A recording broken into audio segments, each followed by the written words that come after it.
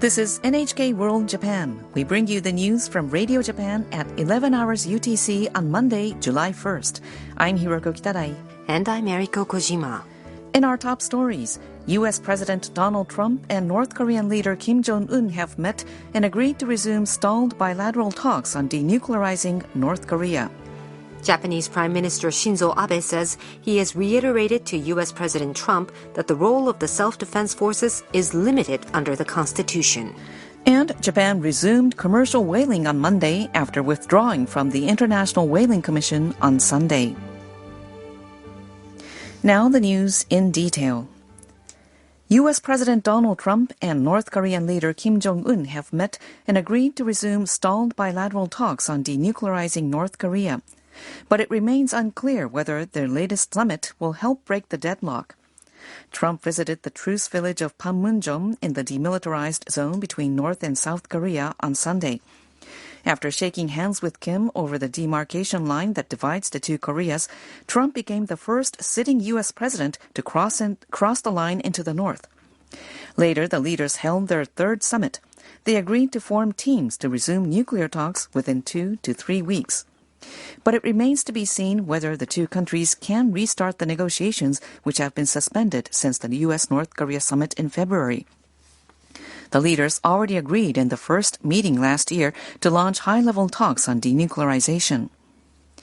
After the latest summit, Trump told reporters that sanctions on North Korea will remain, but he added he is looking forward to taking them off.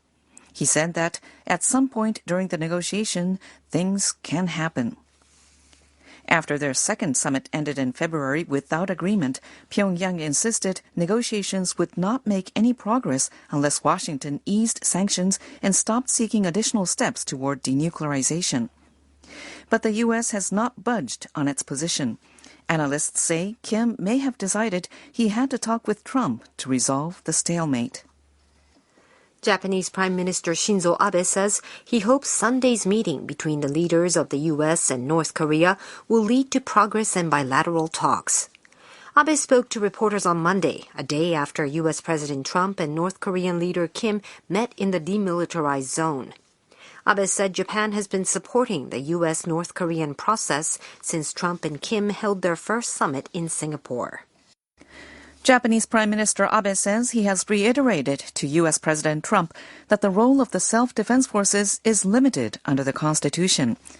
Abe was referring to a remark by Trump after the G20 summit on Saturday in which he called the Japan-U.S. security treaty an unfair agreement that should be changed. On Sunday, Abe spoke in a webcast debate of political party leaders and said he thinks Trump was simply stating his personal opinion. The Prime Minister said he has repeatedly explained to Trump since they first met in 2016 about the relationship between Japan's self-defense forces and the Constitution and what it allows them to do. He noted that Japan's new national security laws, which were also implemented in 2016, allow Japan to exercise its right to collective self-defense. Abe said the laws have significantly strengthened the Japan-U.S. alliance and that this is probably why Trump said he isn't thinking about scrapping the treaty.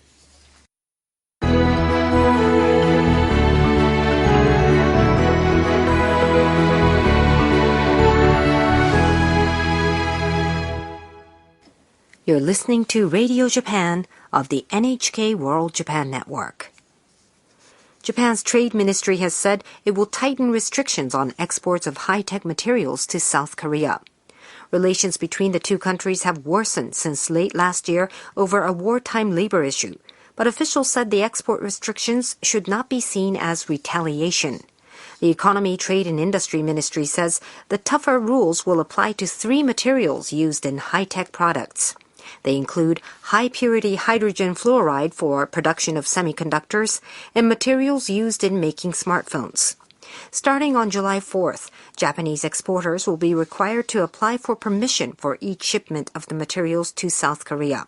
Japanese firms have large market shares for the products. South Korea reacted sharply. Its Trade and Industry Ministry says it will respond resolutely against a measure it called unjust and in breach of international law.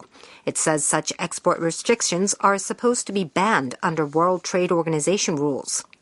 bilateral ties have soured over a series of South Korean court rulings that ordered Japanese firms to compensate laborers who say they were forced to work for the companies during World War II. The Japanese government is calling on South Korea to agree to set up an arbitration panel to settle the dispute. The government says South Korea hasn't responded to that request.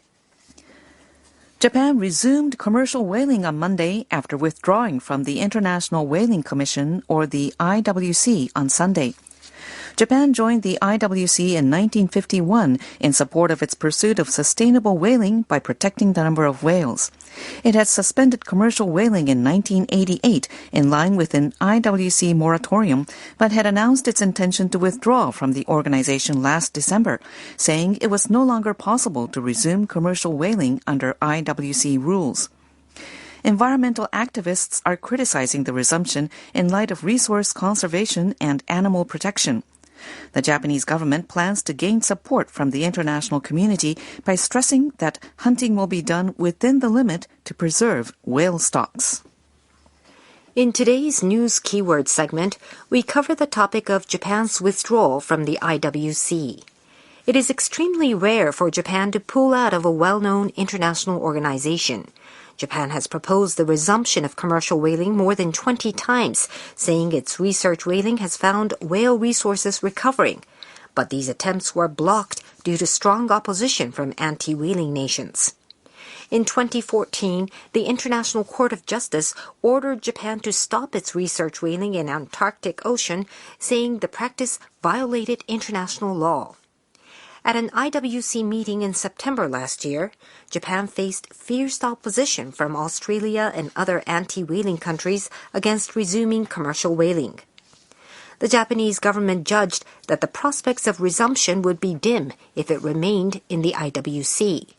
The government says the country will commercially hunt for whales only in its territorial waters and exclusive economic zones, and that it will not do so in the Antarctic Ocean or other parts of the southern hemisphere. It also plans to conduct the whaling within the catch limits, calculated in line with the method adopted by the IWC. Japan's Chief Cabinet Secretary Yoshihide Suga has said he would like to consider creating a new international framework different from that of the IWC.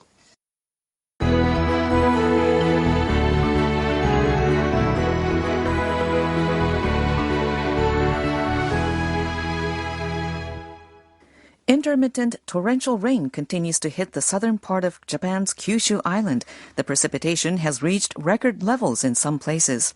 The meteorological agency says more than 320 millimeters of rain fell in Hioki City in Kagoshima Prefecture over a 24-hour period. The amount exceeds the average monthly rainfall for July and is a regional record for the month.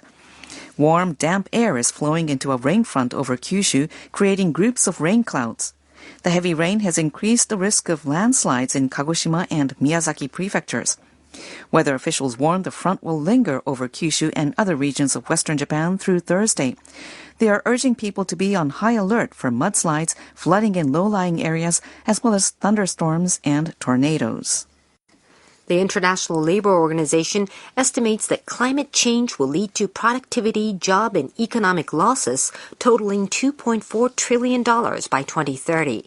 The Geneva-based ILO on Monday released a report on how rising temperatures brought by climate change will affect the working environment around the world.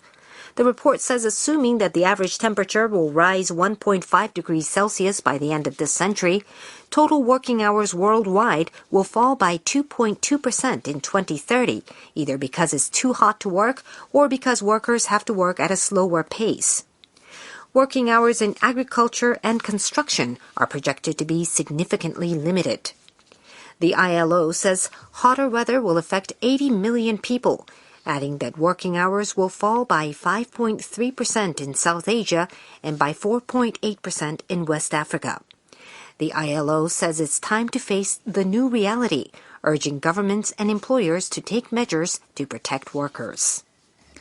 The Bank of Japan's Tankan survey shows that business sentiment at large manufacturers has worsened to its lowest level in almost 3 years. It was also the second quarter in a row for the reading to decline.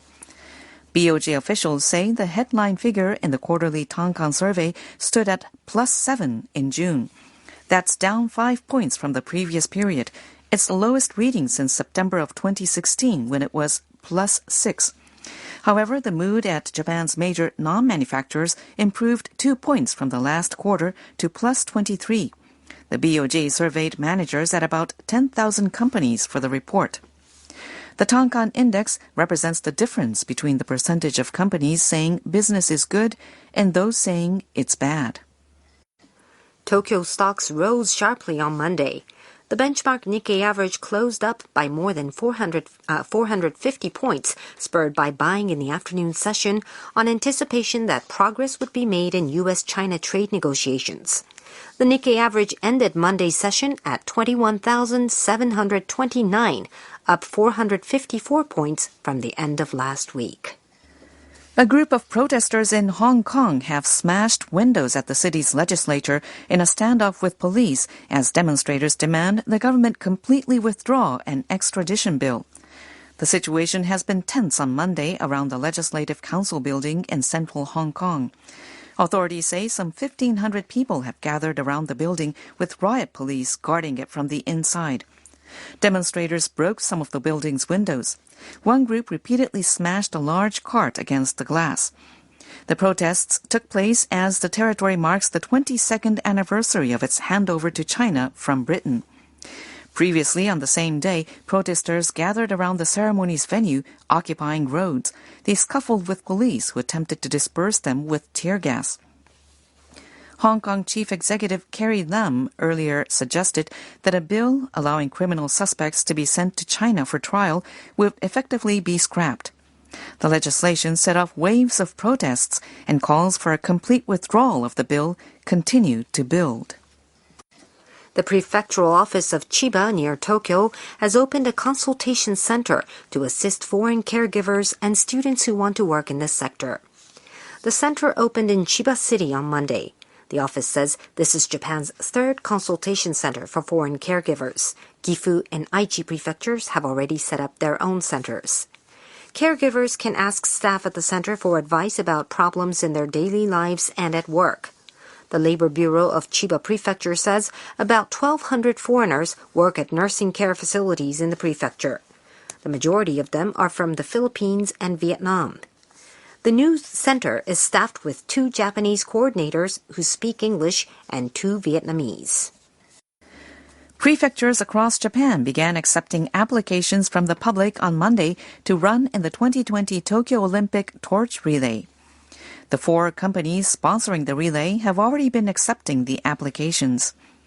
To be eligible, people must be born on or before April 1, 2008. They can apply up to 5 times, once at their local government office and to each of the 4 sponsors. They will only be able to run once if they are successful.